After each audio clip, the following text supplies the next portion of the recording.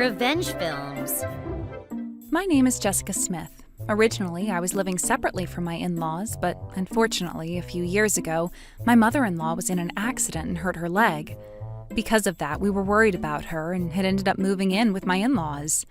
When it was decided that I was going to be with my in-laws, some of my fellow mom friends were worried, saying, "You're going to have to be careful about a lot of things. It can get pretty difficult." A lot of people said these things to me, but because my mother-in-law is a really wonderful person, I didn't have a single concern about living together with her. However, my mother-in-law wasn't the issue. A few years after we started living together, we discovered that I had stomach cancer. At the time, my father-in-law had already passed away, and my husband was in the middle of a long-term business assignment. I was living together with my mother-in-law, but because of my cancer, I was going to have to be hospitalized, which meant that there wouldn't be anybody around to take care of my mother-in-law. That was when I asked for the help of my brother-in-law and his wife. They lived in the same town, and I asked if they might be able to look after their mother just for the time that I would be in the hospital. As for my brother-in-law, Kevin, and his wife, Karen, they had a daughter named Kelly. But she was already in high school and could take care of herself. My brother-in-law's wife was a full-time housewife, so I thought that just for the time that I would be hospitalized, she wouldn't mind looking after her mother-in-law. However, even if it was only going to be for a short period of time, my sister-in-law did say that she didn't want to live with her mother-in-law. However, there was no way for me to avoid being in the hospital for an extended period of time. I had a discussion with my husband's little brother, and it was decided that just for that time, my brother-in-law would stay with his mother at her house and take care of her until I could leave the hospital. To be honest, I wanted to say that, if I remembered correctly, my brother-in-law's wife had to cut off all ties with her own family. When she gave birth to Kelly, I remember our mother-in-law helping her a lot and taking care of her. And also, one time when my brother-in-law ended up quitting his company and they no longer had an income and were struggling for money, Karen insisted that she didn't want to work and was stubborn about it. So my mother-in-law was supporting them financially. Even though my mother-in-law had taken such good care of her, and even though I was only asking for their help while I was in the hospital for a short period of time, to be honest, I was a little bit frustrated with my sister-in-law for saying no. For the record, apparently my brother-in-law also felt the same way. Even though his parents had always been good to his wife, he was angry that she didn't even want to look after his mother for a short period of time, and he said that they got into a pretty huge fight about it. But then one day, when I was in the hospital, I received a phone call from Karen, and she was furious on the other end of the phone. She said that this was all my fault because I brought up this conversation and dumped this on her. To be honest, at that time, I was full of uneasiness and concern about my own cancer treatment, and I didn't have the energy to react to my sister-in-law and her complaints.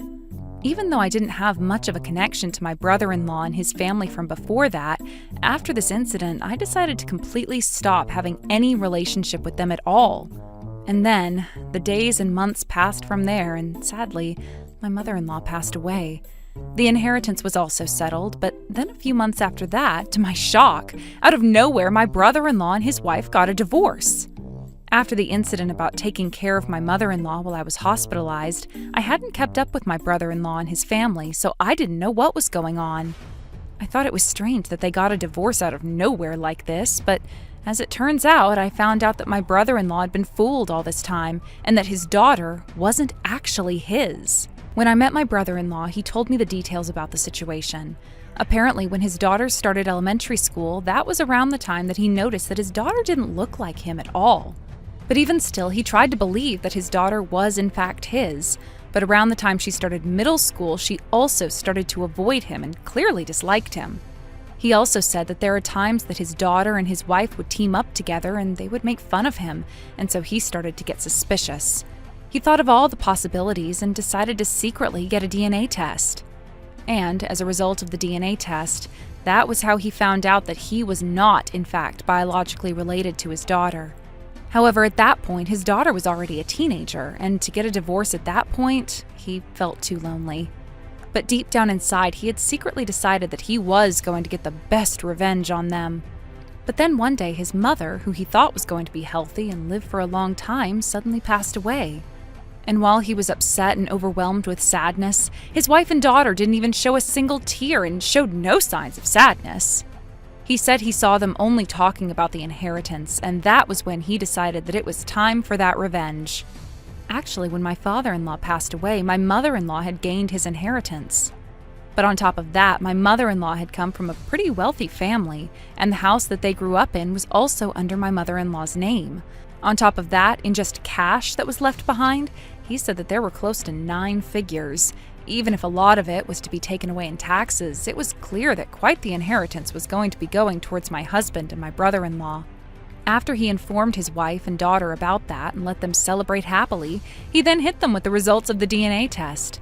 On top of that, he also dropped the bomb of all the evidence of the affair that she was still continuing to this day, and he declared that he was going to divorce her. When he hit her with all of this, apparently his wife turned completely pale, and she tried to deny all of the evidence that was in front of her. And, as if she was following a template, "No, this is all wrong. This has to be some kind of mistake. Kelly is definitely your daughter. There must have been some mistake with that DNA test. It's wrong." She tried to come up with any excuse and was insisting that the DNA test results were the ones that were wrong. But apparently my brother-in-law had expected that she might try to do this, and he had requested 2 separate DNA tests from 2 separate labs, and both of them came back with the same results, that there was no biological relation. And so my brother-in-law hired a lawyer and sued his ex-wife for the child support fees for faking that he was the parent, and also for the affair that she had continued for so many years. But then, because this was already after my brother-in-law had received the inheritance from his mother, his wife tried to say, "In that case, I'm going to pay all of that with the half that I get in the separation of assets." And she tried to turn it back on him, and with that, she thought that she would have plenty left over. However, an inheritance received from late parents has nothing to do with the spouse and doesn't become included in the separation of assets. After he told her that she's not going to receive a penny of that, he also explained that because his wife insisted for so many years on being a full-time housewife, even though he had a pretty decent salary, he wasn't able to save any of it, and every month his entire salary was being used by her, so that meant that there were no joint assets between the husband and wife. When all of this came to light, his wife threw a tantrum. And then, as for his daughter, who had teamed up with her mother and had been horrible to my brother-in-law, apparently she thought that she was going to be getting her grandmother's inheritance and assumed she was going to be rich. She was bragging a lot to everybody around her, but when she found out the truth, that instead of receiving the inheritance, her mother was actually going to be in hundreds of thousands of dollars of debt, she said, "If you guys are getting a divorce, then from now on, I'm gonna live with you, Dad. I'll cut off all ties with Mom, and for the rest of my life, I'll be more careful about my attitude towards you." Even though she tried, with cold eyes, my brother-in-law replied to her, "What are you saying? But you knew all along that you're not actually my kid, didn't you? And now that we're getting a divorce, why should I have to look after a kid that's not even mine, that's hated me her whole life?" And with this, he coldly brushed her off. Because the results were completely different from the future she thought she was going to have, she was so shocked that she dropped down to the floor sobbing. And so, this was how my brother-in-law and his wife ended up speaking through lawyers and getting a divorce. But then, Karen ended up coming to me and started begging me for help. That, at the very least, she just wanted me to let her borrow money for her and her daughter to be able to start over again. She was crying to me, but I said, "Do you remember when I was going through a really difficult time in my life? Did you do anything for me then? When our mother-in-law was going through a difficult time, did you do anything to give back to her for all the kindness she showed you? No, you didn't. And so I'm not going to do anything either." When I said that, she exploded into more tears. After that, she was left with her daughter and a couple $100,000 in debt. Of course, they were kicked out of the house and they found an apartment to live in together. But because my brother-in-law had also sent a notice to the man that she was having an affair with and also sued him for a settlement fee, he immediately left her. Not only were they in debt, apparently they didn't even have money to pay for meals every day. Up until now, because my brother-in-law was such a kind person, neither of them had to work and they were able to live a comfortable life, and they never could have imagined that they were going to be living in poverty and would have to work to get by. But they needed to work given how much debt they were in, and since they weren't even able to have money to eat, Karen decided to get a job. Up until now, because my brother-in-law was such a kind person, neither of them had to work and they were able to live a comfortable life. And they never could have imagined that they were going to be living in poverty and would have to work to get by. But they needed to work given how much debt they were in, and since they weren't even able to have money to eat, Karen decided to get a job. But because she had never worked before, she didn't have any skills to last anywhere. Apparently, she's been fired within 10 days of any job that she starts. And for the daughter, she grew up to be similar to her mother and had a twisted personality. Because she thought she was going to become rich, she started bragging to those around her, and when everybody found out that that was all a lie, nobody wanted anything to do with her. Because of that, Kelly was no longer able to face people and go to school. She gave up on the college she wanted to go to, and she ended up having to get a job straight out of high school. Her mother was being fired from all kinds of jobs, and currently I heard that she has no choice but to work as a janitor cleaning building and casino toilets. But the settlement fee that my brother-in-law sued her for was a couple $100,000, so I think she's probably going to have to continue that life until she dies, although she did it all to herself. As for my brother-in-law, because he had known about his wife's affair for many years before the actual divorce, these days he's living his life positively.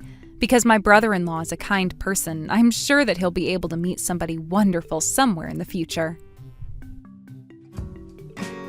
How was today's video? If you enjoyed it, please subscribe, like, and leave a comment. Stay tuned for more.